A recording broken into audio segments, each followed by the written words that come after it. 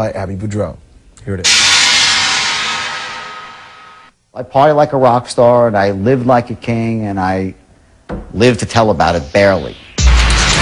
He calls himself the Wolf of Wall Street, Jordan Belfort, a self-proclaimed master of the universe, living what he calls the life. Wall Street's all about the money. Servants at your houses, parties where there's Dom Perignon flowing, helicopters landing on the helipad, pigs roasting on a spit outside with, a live band playing reggae music on the beach, dancing girls, jugglers, clowns, the whole entire thing, the life.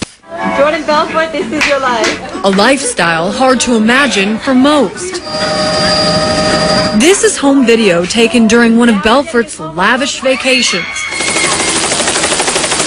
A getaway on his 167-foot yacht.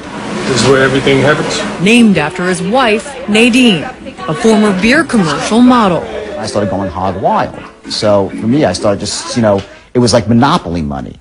It's like anything you want, you can buy. He says he paid $2.5 million for an estate on Long Island and $5.5 million for a mansion in the Hamptons. What a great life, huh? His net worth rose to $100 million.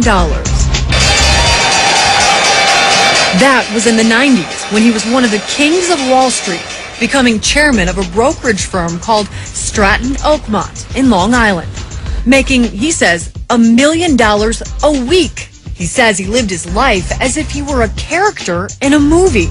Even in private, he played the role of his most envied characters, not wanting to disappoint what he calls his invisible audience. Greed works. Identifying with Gordon Gekko from the movie Wall Street. He was just so super cool and super smooth and just on top of it and just, nobody's fool and the ultimate shark. $100,000. Sort of like every, average kid from, the street's dream is to be a Gordon Gekko.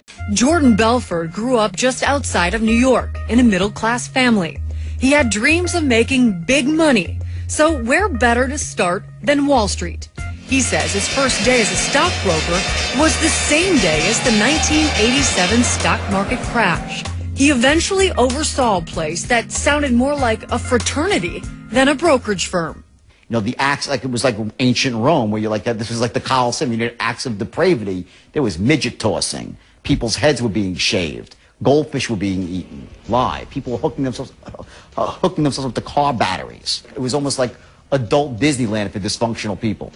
In fact, he says he was addicted to cocaine and Quaaludes and abused about 20 other prescription drugs. All present, he says, at parties like this one. This is video from one of Stratton's infamous bashes in the Hamptons. You'll be a legend on Wall Street, guys, and that's our goal. All right? That's it. But eventually, Jordan Belfort's party would be over.